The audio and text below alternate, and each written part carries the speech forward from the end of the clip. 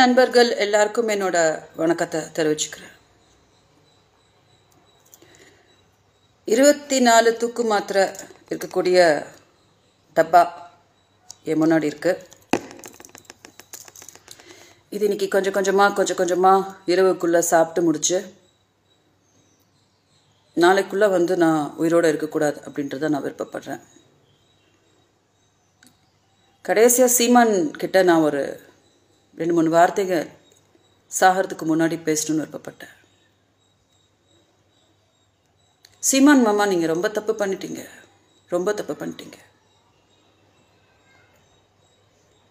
நான் கர்நாடகாவில் நீங்க சொல்ற மாதிரி ஜகேஷ் என்ற நடிகர் கூட வாழ்ந்துட்டுலாம் கிடையாது. அந்த வார்த்தைங்க என்னை ரொம்ப கொன்றுச்சு. இந்த தாமதம் கூட உஷாக்காக தான். அவங்க ரொம்ப துடிச்சு போயிடுவாங்க நான் இல்லை அப்படின்றதுக்காக தான். ஆனால் எனக்கு வேறு வழி தெரியல. காலையிலேருந்து நான் சாப்பாடெலாம் விட்டாச்சு. இந்த 24 மாத்திரையுமே இப்போ நான் டெலிகாஸ்ட் பண்ணிகிட்டு இருக்க வேண்டிய அவசியம் கிடையாது. நான் சொன்னால் பண்ணுவேன்னு எல்லாருக்கும் தெரியும். இரவுக்குள்ளே ஒன்றா சாப்பிட்டா நாளைக்கு காலையில் நான் உயிரோடு இருக்கிறதுக்கு வாய்ப்பே கிடையாது. ஸோ கடைசியாக தமிழ்நாட்டுக்கு வாக்குமூலம் கொடுத்துட்டு போகிறேன். ஓகே, என்ன முயற்சி பண்ணாலும் சீமானுக்கு மனிதாபிமானமே வரலை. பண்ணாத தப்புக்கு 14 வருஷமாக நான் தண்டனை அனுபவிச்சுட்ருக்கேன். கர்நாடகாவில் நரகம் அனுபவிச்சுட்ருக்கேன். கர்நாடகாவில் நரகம் ஏன் அப்படின்னா என் கணவரை நான் ஏன் பிரிஞ்சு வாழணுன்னே எனக்கு புரியல. என்னை ஏன் இப்படி டார்ச்சர் பண்ணிகிட்ருக்காங்க அப்படின்னே புரியல. ஸோ வேண்டாம், மேலும் மேலும் எனக்கு கெட்ட பேர் வேண்டாம்.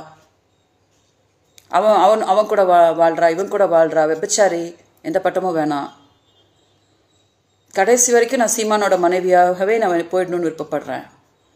ஆனால் இதில் அடங்கிக்கக்கூடிய பெரிய ஒரு பாவம் என்ன தெரியுமா?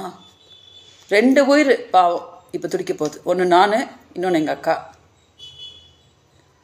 அதை பார்க்கணுன்னா சீமான் விரும்புகிறாருன்னா நான் அதை தான் இப்போ நான் நடத்தி காட்ட போகிறேன். ஓகே, ஸோ கடைசியாக தமிழ்நாட்டில் எனக்கு இது வரைக்கும் ரொம்ப சப்போர்ட்டிவாக இருந்த எல்லாருக்குமே என்னோட நன்றி தெரிவிச்சுக்கிறேன். எல்லோரும் மன்னிச்சுக்கோங்க, எனக்கு வேற வழியே தெரியல.